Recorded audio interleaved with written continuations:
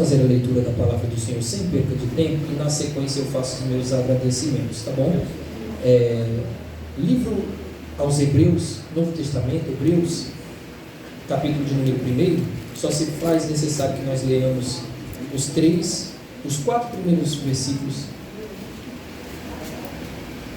Louvado seja Deus. Aproveitando que vocês estão procurando, já vou aproveitar para agradecer pela oportunidade de poder estar na casa do Senhor nessa noite, para louvar e exaltar ao nome santo de Jesus. Agradecer ao pastor, todos os obreiros da igreja e a membresia, e pedir aos irmãos que orem pela minha vida nessa noite, para que eu venha ser um canal de bênção e não uma pedra de tropeço, para que o Senhor não fale aqui hoje, mas que eu diminua e que Ele apareça todavia, para que isto seja feito e a vitória seja nossa em nome de Jesus. Epístola aos Hebreus, capítulo de número 1, nós vamos ler apenas até o verso de número 4.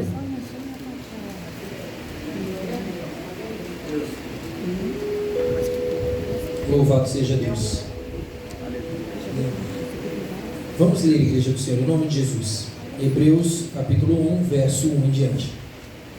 Havendo Deus antigamente falado muitas vezes e de muitas maneiras aos pais pelos profetas, a nós falou-nos nestes últimos dias pelo Filho. Agora ele vai se referir ao Filho, a quem constituiu o herdeiro de tudo, por quem fez também o mundo, o qual, sendo o resplendor da sua glória e a expressa imagem da sua pessoa, e sustentando todas as coisas pela palavra do seu poder, havendo feito por si mesmo a purificação dos nossos pecados, assentou-se à destra da majestade nas alturas, feito tanto mais excelente do que os anjos, quanto herdou mais excelente nome do que eles. Amém? Os irmãos podem tomar assento, em nome de Jesus.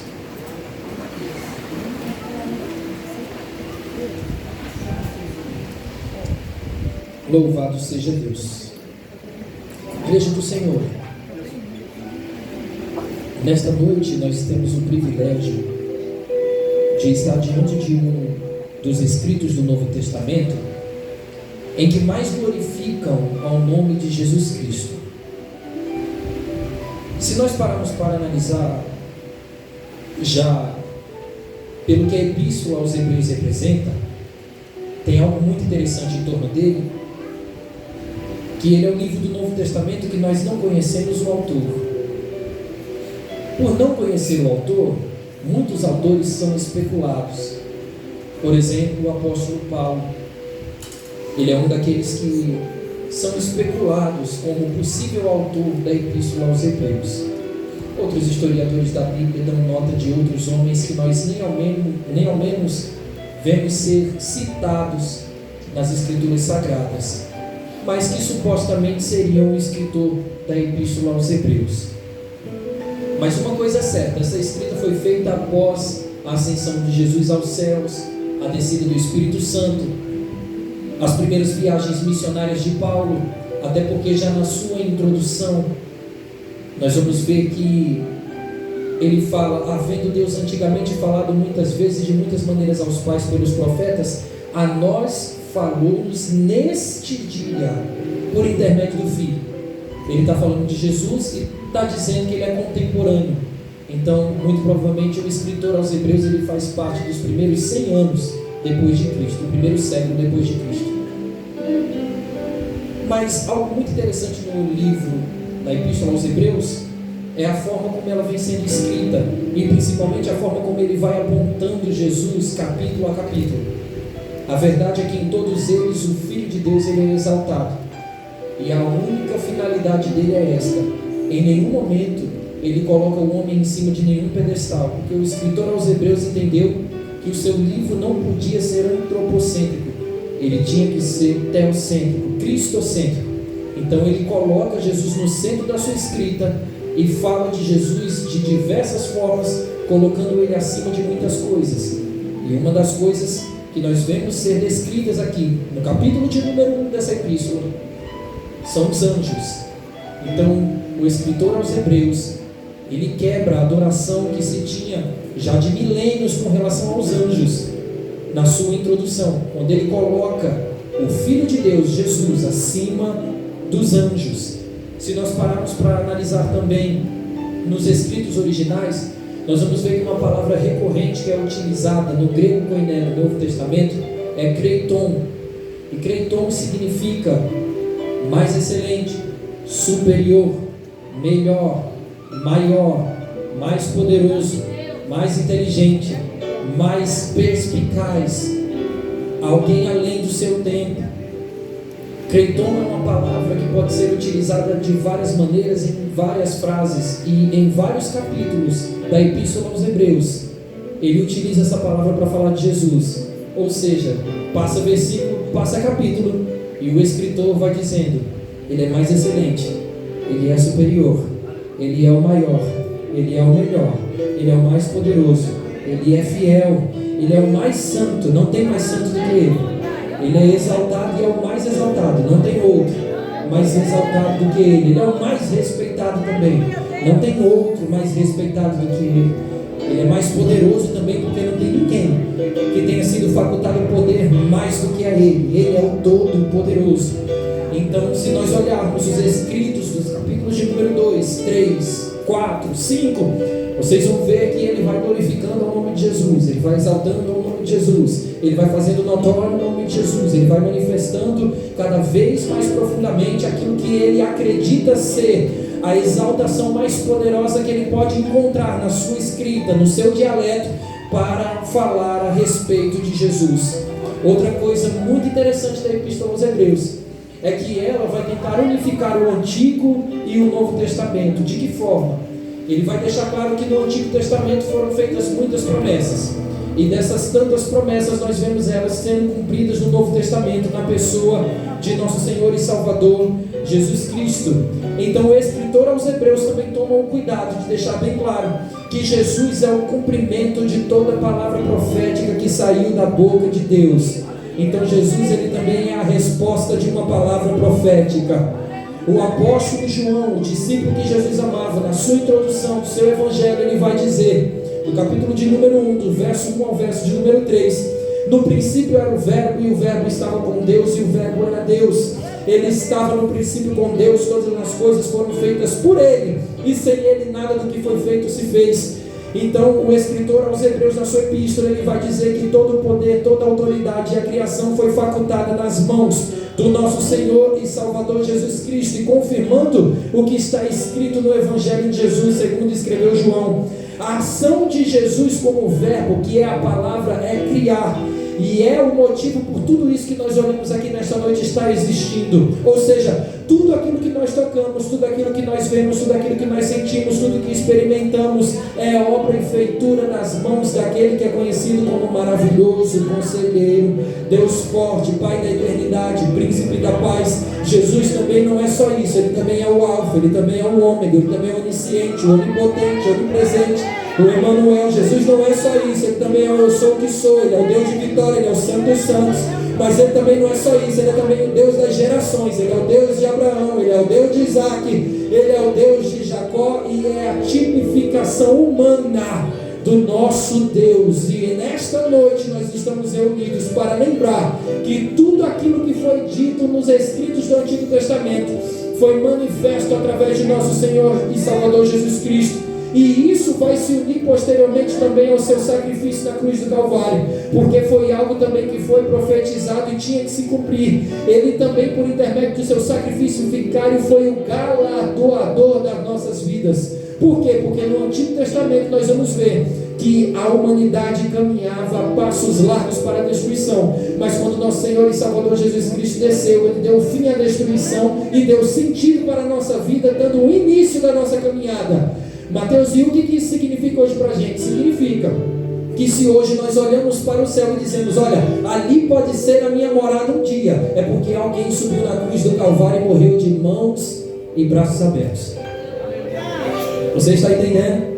Se hoje você está sentado aqui nesta noite, você é um daqueles que está lutando, tomando o céu à força, é porque Jesus facultou a você esta oportunidade.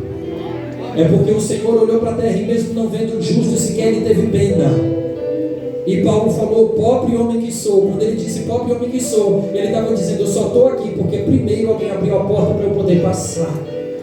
E para abrir a porta foi difícil, porque tentaram quebrar a maçaneta, tentaram soldar, tentaram lutar contra aquele que botou a mão na porta para poder abrir, tentaram desestruturar, tentaram enganar, tentaram ludibriar, porque até enganar Jesus, Satanás tentou enganar, mas infelizmente os projetos para ele não foram cumpridos, porque Jesus tinha um plano perfeito no seu coração, que era a minha e a sua vida salva juntamente com ele um dia na glória, como está escrito em João capítulo de número 14, não turbeis o vosso coração, credes em Deus sim, porque está escrito aqui que nós temos que crer nele, ele é o Pai, mas crede também em mim, porque na casa dele, na casa do meu Pai há muitas moradas, e se fosse assim eu não teria dito, estou indo para poder preparar um lugar, para quê? Para que onde eu esteja, estejais vós também. Mas olha para a sua situação, olha para a minha situação, olha para as obras das nossas mãos, olha para os benefícios que as nossas obras produziram, e veja se isso é o suficiente para comprar o passaporte para acessar o céu.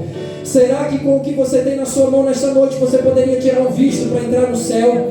Será que se tivesse um consulado na cidade de São Paulo que desse acesso para entrar no céu, você preencheria os pré-requisitos básicos para poder morar lá? Será que se fosse por mim, você poderia estar entrando nesta noite, se passasse dessa vida para outra, pelos portões celestiais para morar juntamente com o Senhor na glória? Será que eu poderia fazer algo por você nessa noite que pudesse te dar acesso até Ele?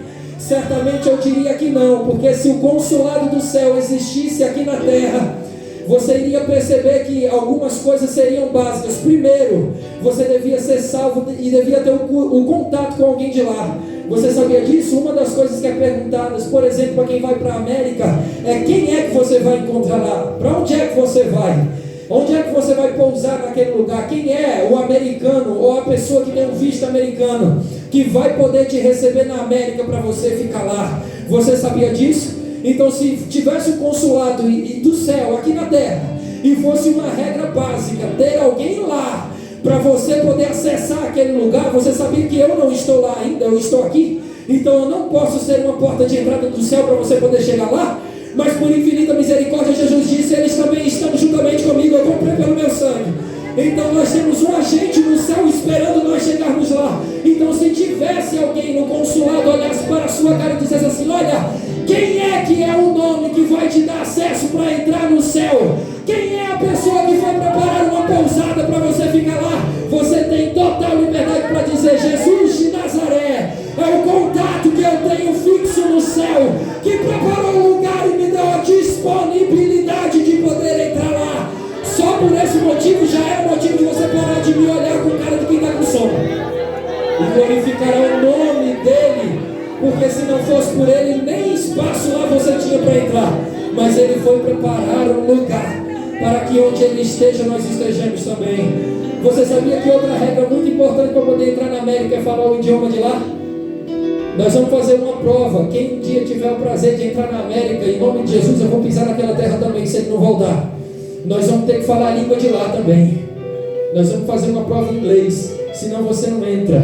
Então também não dá para entrar no céu sem saber qual é o idioma de lá. Tem gente que acha que isso é meninice. Eu não vou nem entrar no profundo disso daí, mas eu ainda falo em mistérios com Deus. Eu ainda falo a língua dos anjos e eu creio que esta é uma das chaves que abre esta porta. Esta é uma das chaves que abrem esta porta. Outra coisa, que nome é que você tem aqui para poder entrar lá? Está com o nome limpo? Sabia que gente que tem um nome sujo não consegue entrar na América? Sabia disso?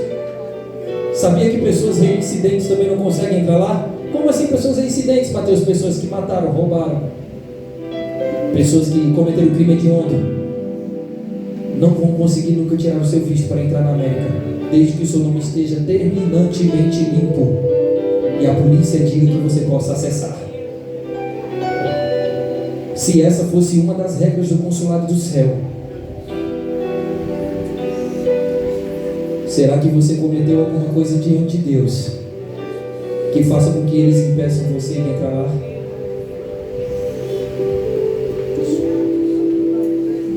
O escritor aos Hebreus falou assim, olha, ele é maior do que tudo. E nós ouvimos alguém no passado falar, profetizaram para os nossos pais, profetizaram para os nossos patriarcas, mas a mensagem que salva vidas hoje falou-nos nestes últimos dias pelo Filho. A única coisa que Satanás tenta tirar de você é um acesso. Ele está tentando sujar teu passaporte. Ele está tentando impedir você de tirar o visto. Não permita que o diabo chafurde com a sua vida, a fim de inviabilizar o seu acesso às mansões celestiais. Mateus, você está brincando comigo, eu não estou brincando com você. Satanás também não está brincando de ser diabo, e Jesus também não está brincando de ser Deus. Há uma urgência muito grande no que diz respeito à limpeza da igreja do século 21. Jesus está às portas, e se este século não acordar, nós apenas veremos os séculos anteriores subindo para a glória e nós ficaremos aqui. Mas graças a Deus por nosso Senhor e Salvador Jesus Cristo, porque Paulo disse o seguinte: olha, sabe o que o diabo faz diante de Deus todos os dias? Acusa você, acusa você, acusa você, acusa você, acusa você, acusa você, acusa você. Só que é o seguinte: um dia o nosso Senhor foi assunto ao céu e hoje Ele está à destra do Pai. E Ele está numa posição muito interessante. O pastor já falou disso várias vezes aqui na igreja. Ele não é o nosso juiz do momento. No momento Ele é o nosso advogado. Ele ainda não foi condecorado juiz. Ele ainda é o advogado. Então, quando Satanás se coloca diante de Deus para poder te acusar e te impedir de alguma forma de entrar no céu, macular e sujar o seu visto para você não poder acessar a terra santa, quando ele olha para a destra do Pai, tem alguém que está com mãos e pés cravados.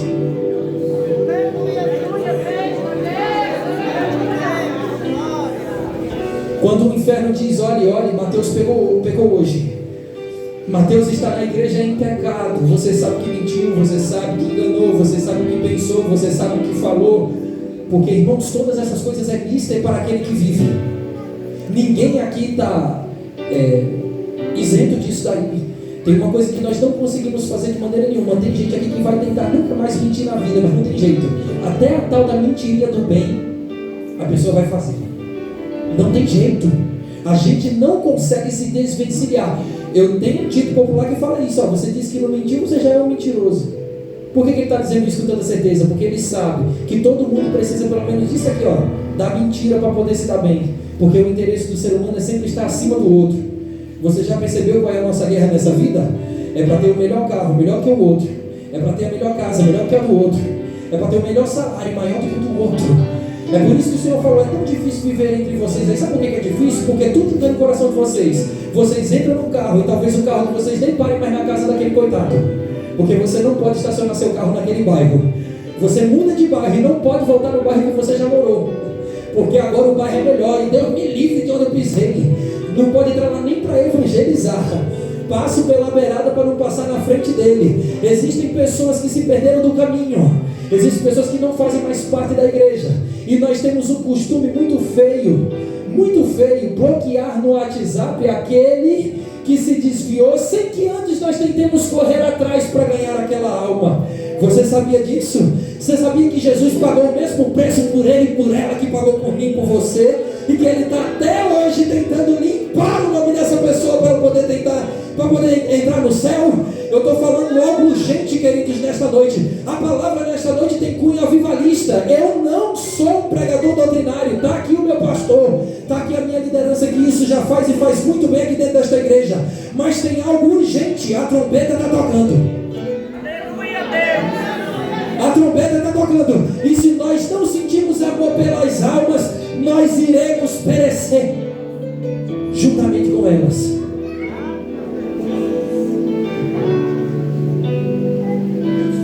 Olha o que o escritor aos Hebreus está dizendo. Foi profetizado no passado e está sendo realizado no presente.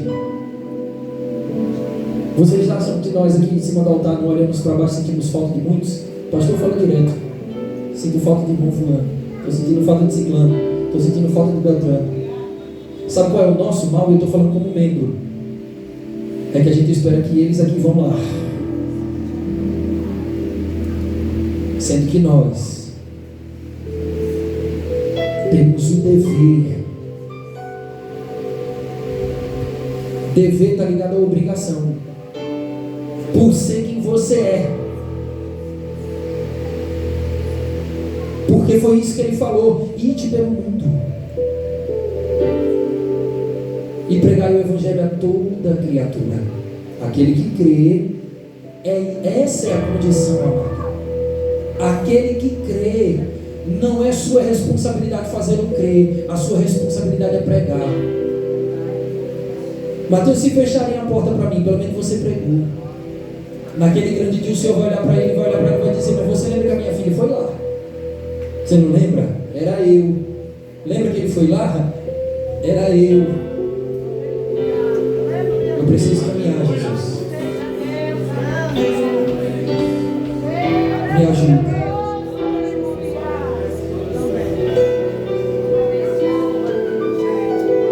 Vamos olhar para o passado. O escritor aos Hebreus está dizendo que palavras proféticas foram faladas no passado, e nós estamos vendo elas sendo concluídas agora. E eu quero nesta noite profetizar, mas eu vou profetizar de olhos abertos, porque é o ano de 2026 e eu quero ver você vitorioso ao final deste ano. Quero ver você aqui com a chave da vitória. Já tem alguém com a mão levantada ali. Eu vou profetizar agora, servo de Deus. Eu vou falar. Eu quero dizer que tudo aquilo que foi falado no passado, na raiz da tua família, tudo aquilo que foi profetizado no local da oração, eu quero dizer que tudo aquilo que foi falado por intermédio daquela profetisa, daquele profeta de Deus, quando ele estava com as mãos impostas sobre a sua cabeça, neste tempo irá se cumprir diante dos teus olhos. Eu estou dizendo com o coração aberto para alguém que entrou aqui nesta noite, dizendo: Mateus, muitas coisas foram ditas ao meu respeito no passado, só que a situação que eu me encontro hoje me afastam de Deus. Eu quero dizer algo a você: as promessas que saíram da boca de Deus não saíram vazias. Tudo aquilo que foi profetizado, que saiu do altar do Senhor, vai se cumprir, porque Ele é fiel para cumprir com a palavra que sai da sua boca. O homem não pode se responsabilizar por aquilo que ele diz, porque ele nem sabe se no raiar do dia 5 de janeiro de 2026 ele estará vivo, mas aquele que vive e reina para sempre ainda estará sentado em seu alto e sublime trono amanhã, e vai cumprir com tudo aquilo que falou. Se você crê e recebe, dá glória para Ele, porque o diabo disse que nem hoje você estaria aqui para receber o que está saindo do altar. O Senhor está trazendo um alerta para nós nesta noite. No ano de 2026, muitas promessas vão se cumprir, e você que está afastado, aproveita para correr de volta para o altar, porque Ele ainda vai fazer, diz o Senhor.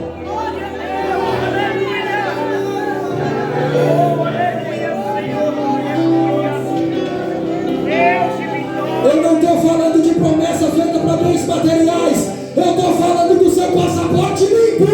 Eu estou falando do seu nome escrito no livro da vida.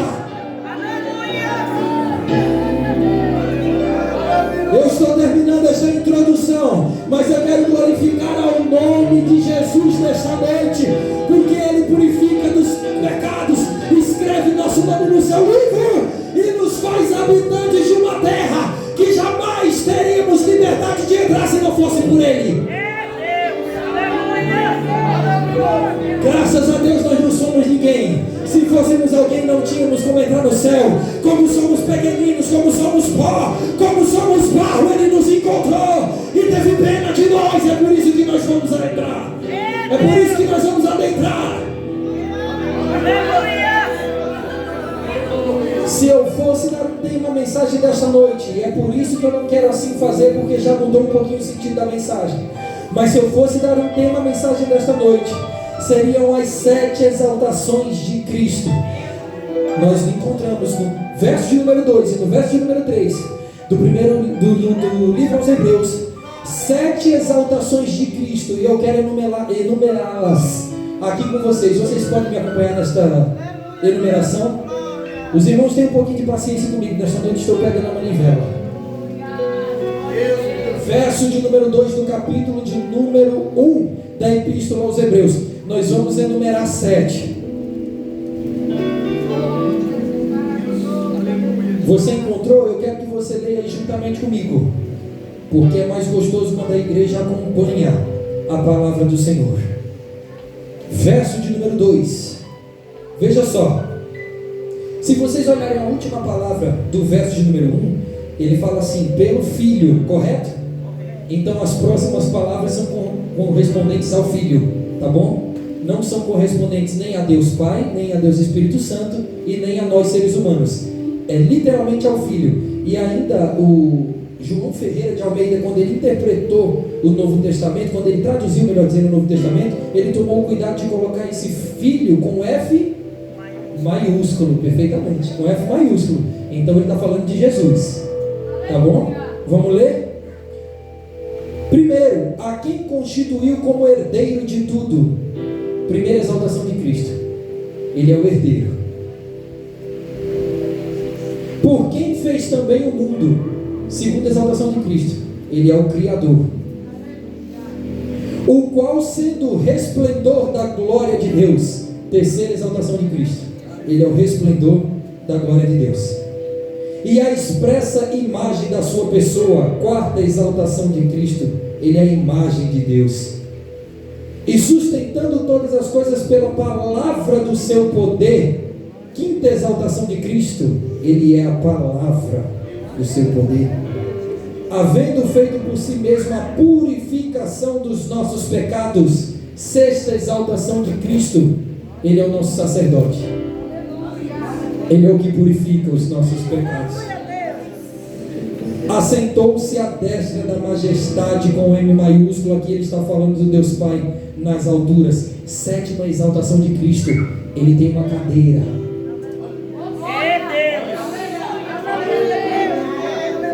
Que não pode ser usurpada pelo diabo. Que não pode ser tomada por ninguém. À destra do Pai. E eu vou falar sobre isso nesta noite. A primeira coisa que nós vemos no verso de número 2 é que ele é herdeiro e fez o mundo. Ele é o herdeiro e é o Criador. Olha que coisa interessante. Por isso que ele é o começo, meio e o fim.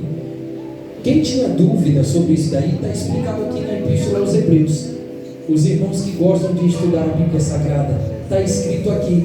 Mateus, por que ele é o alfa e o ômega? É porque ele é a criação e ele fez para ele mesmo. Está entendendo? Ele não recebeu de presente, foi ele que fez. É por isso que ele manda.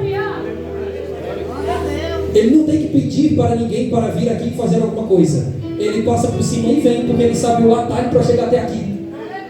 E ele pode chegar. E tem uma coisa que é totalmente diferente de Cristo, de qualquer outra pessoa, de qualquer anjo. Eu vou falar de anjo, porque esse capítulo de número 1, ele cita muito anjo. Nesta noite os irmãos me perdoem se eu falar dessa forma, mas os irmãos vão anotando aquilo que gostarem na expressão da palavra do Senhor, para que não seja esquecido. Mas é necessário que eu fale isso, para que você entenda que existe um lado técnico na salvação do ser humano.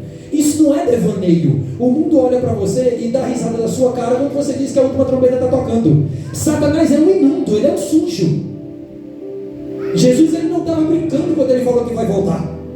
E ele também não está brincando quando ele está dizendo que vai condenar o inferno. E o inferno não é aqui. Aqui tem Coca-Cola com gelo e limão. Tá bom? Só para quem tem dúvida. O inferno não é na terra. A terra tem Coca-Cola, tem carro zero, apartamento novo, tem praia. A terra é boa até demais. Ninguém aqui está sentado com um cilindro de oxigênio, porque tem oxigênio suficiente para a saturação do ser humano estar boa nesse ambiente aqui. Quem criou isso aqui? Vamos para frente. Tudo foi criado por meio de Cristo.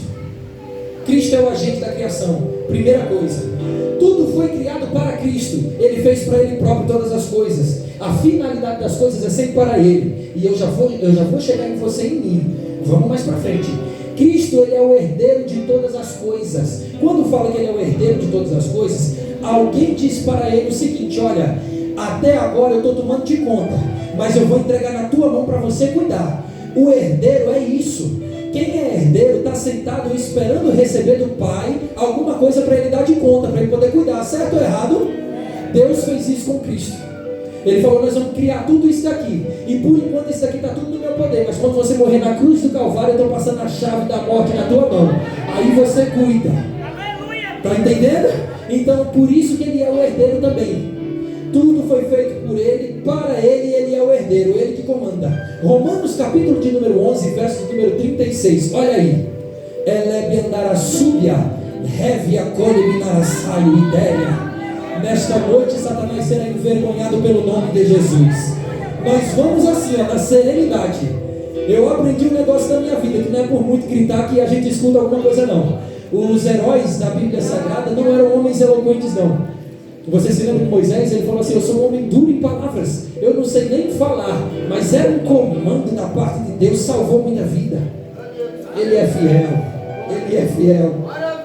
Romanos capítulo de número 11, verso número 36, olha o que o escritor aos Romanos vai dizer: porque dele, por ele e para ele são todas as coisas, glória pois a ele eternamente, amém. Olha isso aqui, no livro de Salmos, no capítulo de número 2, no verso de número 8, está escrito o seguinte: isso daqui foi um monólogo. O que é um monólogo, Mateus? Uma conversa de uma pessoa só. Foi um monólogo de Deus para o seu filho. Preste atenção. Salmos, capítulo de número 2, a partir do verso de número 8. Olha o que Deus está falando para o Messias: pede-me e te darei as nações como herança, e os confins da terra por tua propriedade. Agora eu vou perguntar um negócio para vocês. Nós estamos na terra, sim ou não? Nós somos feituras de Deus, feitos do barro, sim ou não? Se Deus falou para o Messias: olha, pede-me, eu te darei por herança todos os confins da terra como a tua propriedade, você concorda que o que está dentro da terra também é a propriedade desse herdeiro?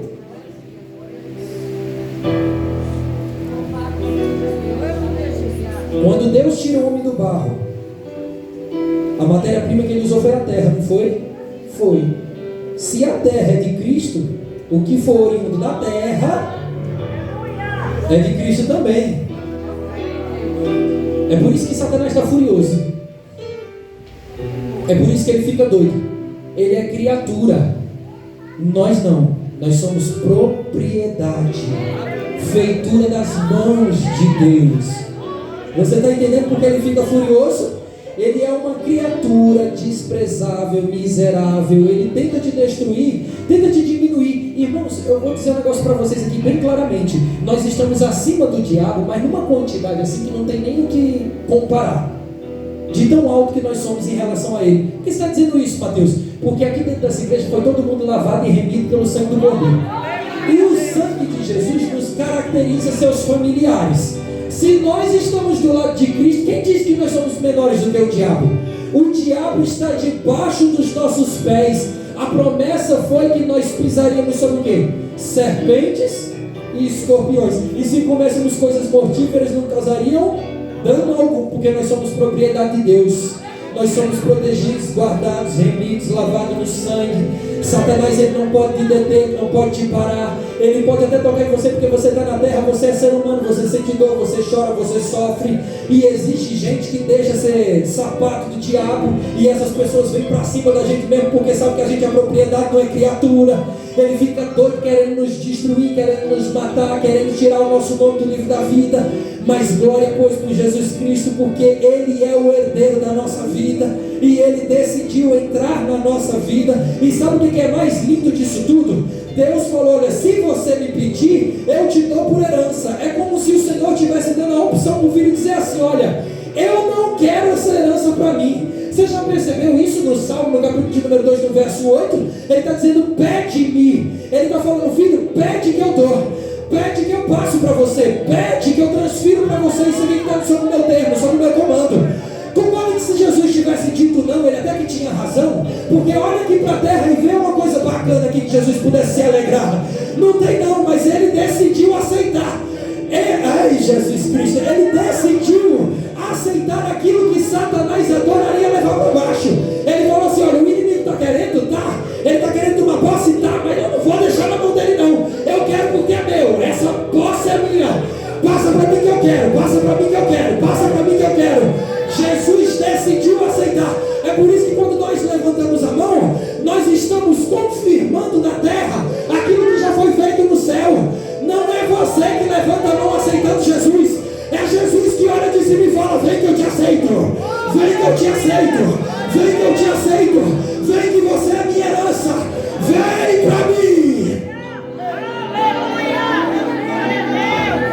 Por que é tão difícil se entregar nos braços de Jesus? Porque todos aqueles que se entregam para Ele só estão confirmando aquilo que nós já somos. Nós somos manobrados por Ele, guiados por Ele, criados por Ele. Nós somos tudo que sair da mão dEle. Nós respiramos por causa dEle, vivemos por causa dEle. Se Ele quisesse, junto com Deus, ter apagado a luz aqui hoje e um dia não ter nascido o sol, não ter raiado, Ele poderia ter feito. Mas Ele sabe que se Ele fizer isso, o mar vai responder de outro jeito. As plantas vão morrer, as aves vão morrer, os homens vão morrer. Mas Ele tem nos sustentado, e todos os dias ao raiar da amanhecer, o sol vai para o meio, para não impedir o desenvolvimento da terra. Tudo é graça de Deus, tudo é favor imerecido. Eu não estou aqui de pé nesta noite porque eu sou bom. Eu estou de pé aqui nesta noite porque Ele olhou para mim e falou: você é meu. Está tendo uma guerra nesta noite aqui. Satanás está sentado do lado de pessoas. Eu estou falando sério isso daqui. O Senhor já está mostrando isso daqui desde o início do curso. Eu ia ficar calado, mas eu vou falar para que o nome do Senhor seja glorificado. Satanás está tentando do lado, está sentando do lado e está falando, fazendo burburinho o culto inteiro para tentar tirar o sentido do que está sendo pregado agora aqui. Você sabia disso? Mas eu tenho um negócio para dizer para ele aqui hoje. Esse daí que está sentado do seu lado, diabo, é de Jesus Cristo. É dele, é dele, é dele, é dele, é dele. Não adianta dizer que não, é dele. Não adianta colocar seta, é dele. Não adianta mal falar, é dele. Não adianta dizer que agora não tem volta porque é dele. Não adianta dizer que matou porque é dele. Não adianta dizer que está mudando a história porque a história foi ele quem escreveu. É dele, é dele, é dele. E você vai perder, diabo. Você vai perder, Satanás. Foi até bom que você tenha se atrevido a fazer isso aqui nesta noite, porque Jesus está sendo glorificado no céu e a sua espada está sendo desembanhada para vir essa terra. Satanás nessa noite vai perder. Igreja do Senhor, fecha o seu olho. Nós vamos orar e o meu tempo está acabando. Eu só comecei a mensagem, meu Deus, tem misericórdia. Ora aí onde você está agora. Até quando você vai deixar o diabo tomar posse daquilo que não é dele? Eu tenho algo sério para dizer aqui para você nesta noite. Quando no mundo espiritual o Senhor olha para a tua vida, você é como um terreno baldio. O que é, Mateus? É um terreno com uma placa na frente, murado, fechado. O que Satanás está querendo fazer? Está querendo jogar lixo dentro, porque ele acha que porque o terreno está baldio é lixão. Ele está querendo fazer festa na frente, ele está querendo invadir para montar um puxadinho, mas tem uma placa na frente escrita propriedade de Jesus de Nazaré, e ele não vai poder fazer nada sem a autorização do Senhor. E eu quero dizer para você aqui nesta noite, você entrou aqui hoje porque Deus tem um livramento para a tua vida. Era para você morrer, mas o Senhor está tendo misericórdia de você aqui. Não permita que o diabo tire o sentido. A igreja parou de orar por quê?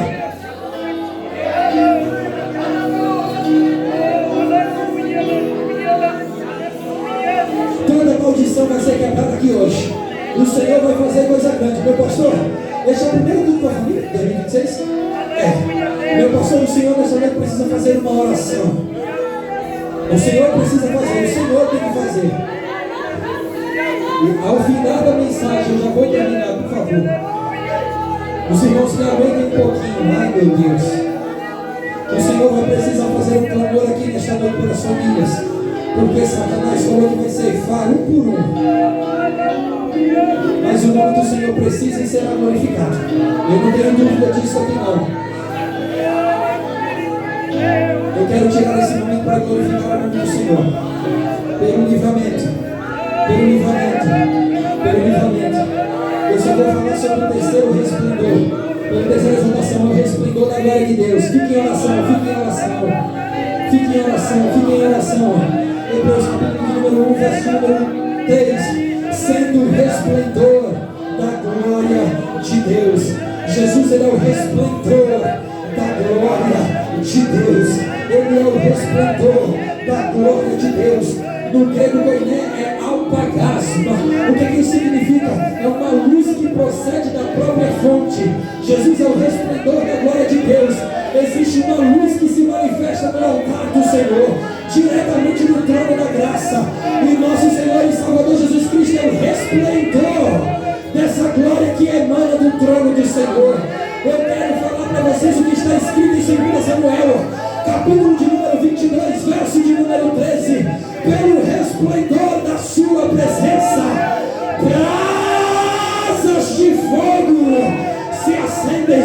Eu quero dizer para alguém aqui nesta noite que o fogo purificador do Senhor, que tem poder de expulsar a Satanás, está em nosso meio. Eu quero ouvir a igreja clamando, porque há um fogo do resplendor de Cristo descendo. Seu nome é mais alto, teu nome é maior, teu nome é sobre todo os tronos e domínios, governos e poderes, teu nome é sobre todos e os anjos. Aproveita. O resplendor da glória de Cristo está aqui nessa noite para livrar a tua vida das mãos do diabo. Você só sai daqui do jeito que entrou se você quiser. Mateus, mas eu não estou pronto ainda. Eu também não estava pronto quando levantei a mão para aceitar a Jesus. Não é porque eu nasci no berço evangélico que eu fui crente, não. Eu tive que levantar as mãos para aceitar a Jesus e também não me sentia pronto. Jesus me aceitou como eu estava e mudou a minha história. Pode fazer com você também. Mateus, mas eu tenho certeza do que vai acontecer amanhã. Essa certeza que levou no meu coração foi o diabo. Tenha uma certeza certa mesmo hoje aqui. Jesus está escrevendo a sua história de novo.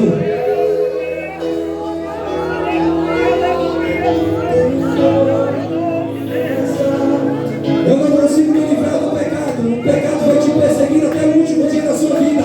Mas a partir de hoje, nosso Senhor e Salvador Jesus Cristo pega na tua mão direita e anda contigo. Eu quero ouvir o povo orar. Essa igreja só se desenvolveu debaixo da oração. Há uma premissa muito interessante nesse lugar aqui. É que nós estamos há 13 anos ininterruptos orando em jejum todos os meses, todas as semanas. Essa igreja é uma igreja de guerra. Essa igreja é uma igreja de batalha. Satanás se levanta contra a árvore que dá fruto.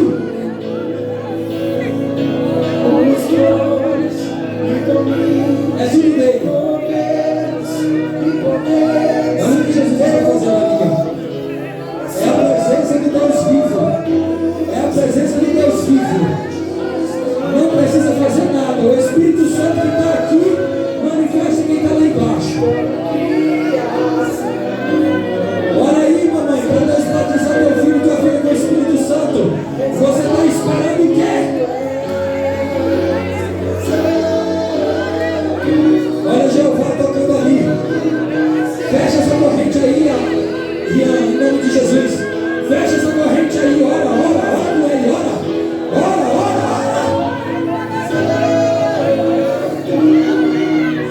Soberano Deus, glorioso e eterno Pai